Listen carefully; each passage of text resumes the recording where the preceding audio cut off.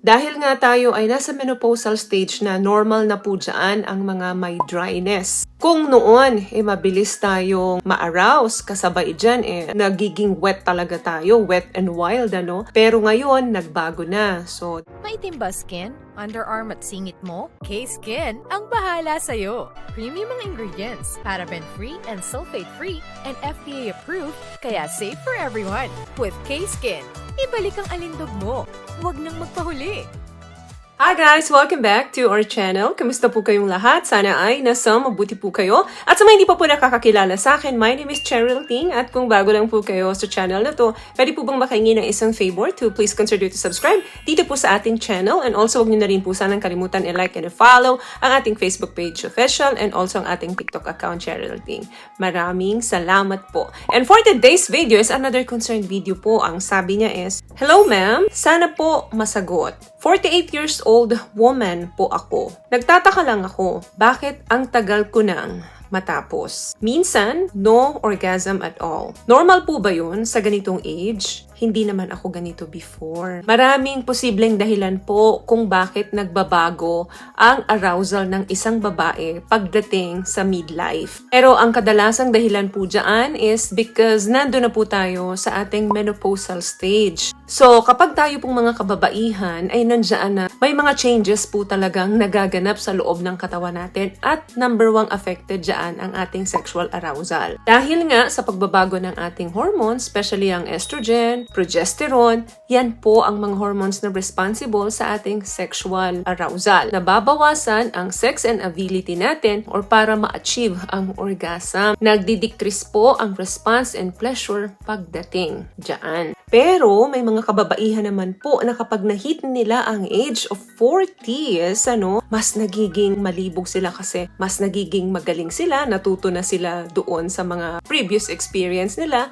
So, nai-apply nila yon ngayong later part ng kanilang buhay. Pero hindi po lahat ganon. Bukod sa pagbabago po ng hormones natin due doon sa menopausal stage nga, marami pa pong dahilan ang nakapaloob kung bakit nagdi-decrease ang pleasure natin pagdating sa pakikipagtalik. Possible dyan is, number 1, hindi ka interested na makipagtalik pa dyan sa sex partner mo. Minsan, dahil nga madalas mo nang kasama ito, then pasaway pa yung partner mo, sakit sa ulo, mawawalan ka talaga ng gana makipagtalik. Number 2, hindi ka na nag-e-enjoy sa pakikipagtalik dyan sa partner mo. Dahil nga alam mo naman na kapag kayo ay nagtalik, hindi ka makakatapos. So yung mga ganyang bagay, malaking epekto yan sa inyong sexual relationship. Another thing, possible na hindi sufficient ang arousal and stimulation during pagtatalik. Minsan, or madalas natatapos yung partner ninyo, then kayo, tutulugan na lang kasi tapos na sila. Or kaya naman, mababa na yung sexual hormones natin, kaya kailangan mas mahaba,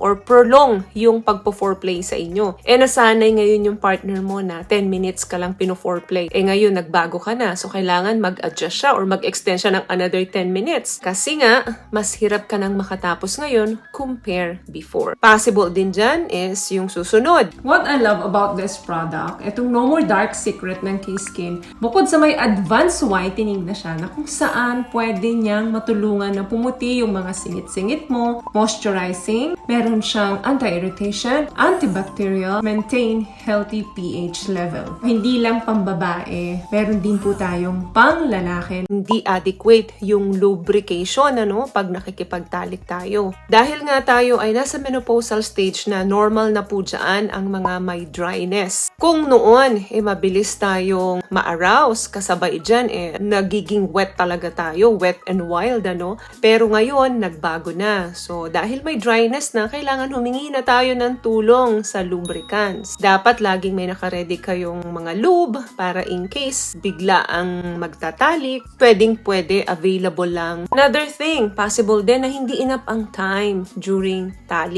Nagmamadali yung isa, ikaw naman gusto mo ring makatapos agad yung mister mo or gusto mong makatapos ka kaagad para tapos na. Minamadali mo yung katawan mo na matapos ka kaagad. Hindi nga ganun. Ang tendency, mabilis ka ngayong maiinip.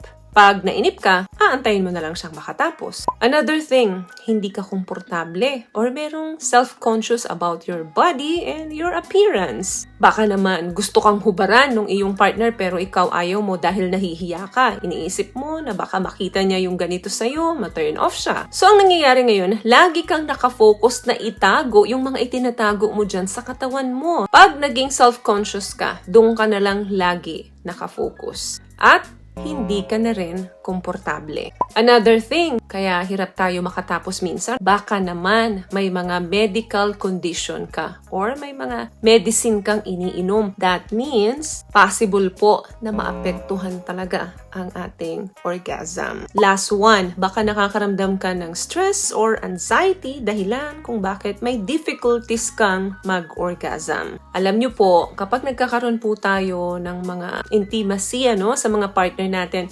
dapat talaga bakante yung isipan mo at dun lang nakafocus sa gagawin nyo. Kasi kung habang niroromansa ka ng partner mo, ang iniisip mo, yung trabaho mo, yung gagawin mo sa bahay na hindi mo pa nagagawa, wala po talagang tulong na maibibigay yan para makapag-orgasm kayo. Lalo na sa ating mga babae, it's more on imagination, We have to close our eyes para makatapos tayo. Kasi hindi naman tayo visual creatures na katulad ng mga lalaki na kailangan dilat na dilat para makita talaga nila kung ano yung nasa harapan nila. Very common din po ang mga reason na ito kung bakit nagkakaroon tayo ng mga difficulties. Ang stress and anxiety. Kasi mas malaki yung panahon na ginugugol mo doon sa mga inaalala mo. Nawawala ang peace and harmony ng isipan mo. Dahilan kung bakit nawalan tayo ng gana makipagtalik. So please communicate with your partner dahil isa po sila sa malaki ang tulong na magagawa kung ano man yung inaalala mo ngayon. So, ayun lamang guys ang video natin for today. I hope nakapagbigay po ako ng tips sa inyo. At kung nagustuhan niyo po ang ating video, please give it a thumbs up, comment down below, and also share this video na rin po sa mga kaibigan na sa tingin yung matutulungan ng video natin.